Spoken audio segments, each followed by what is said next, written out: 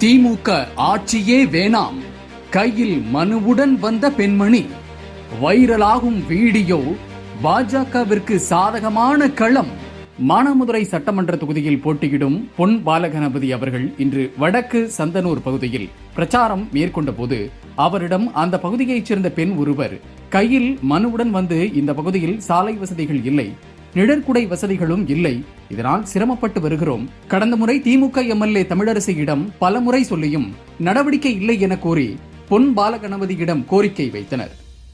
மோடி அவர்கள் சாலைகளுக்கு நிதி ஒதுக்கியும் மாநில அரசு கட்டமைப்பை மேற்கொள்ளவில்லை. ஆட்சி மாற்றம் ஏற்பட்டதும் கட்டாயம் செய்து கொடுக்கிறேன் என வாக்குறுதி அளித்தார்.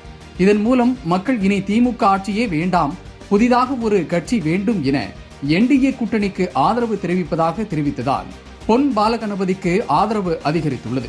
களம் பாஜகவிற்கு சாதகமாக மாறி வருவதாக கூறப்படுகிறது.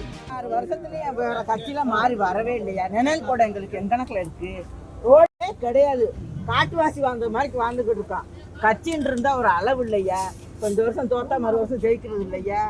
நிழல் கூட இருக்கா? எதுவுமே இல்லை, எந்த வசதியுமே இல்லை. ஆனா கட்சின்னு நீங்க வர 5 வருஷத்துக்கு ஒருத்த வர 4 பேர் கூட அதோட ஓடுறவங்க யாருமே திரும்பி வருவாங்க. ஆனா இந்த காரைக்குடிக்கு எல்லா வசதியும்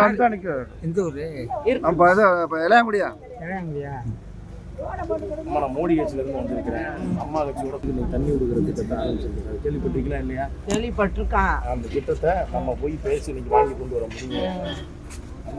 இந்த ஊருக்கு தலைமையா வர்ற கட்சிக்கு அவங்க எல்லாம் ஏற்பாடு பண்ணி இந்த ஊருக்கு இல்லம்மா, மத்திய சர்க்கார் இணக்கமா போறது இல்லம்மா, இந்த மாநில சர்க்கார் இருக்காரு. நீங்க வரும்போது கண்டிப்பா அதுக்கான சூழ்நிலை நீங்க கூப்பிடுங்க, நீங்க சொல்லுங்க, நிச்சயமா உங்களுக்கு என்ன வேணுமோ நம்ம பண்ணி தருவோம். ஊருக்கு தாமரைக்கு ஓட்டு போடுங்க. யாரு எல்லாம் இருங்க, கொலை கொள்ளை கற்பழிப்பு காதல் அவங்க ஒழிச்சு கட்டி நல்லபடியா நாடு இருங்க. நம்மளால பேசாது ஒழிக்கணும் அப்படின்னு கேட்டா ஒழிக்கணும், லேடிஸ்க்கு ஒரு நிம்மதி கிடைக்கணும்.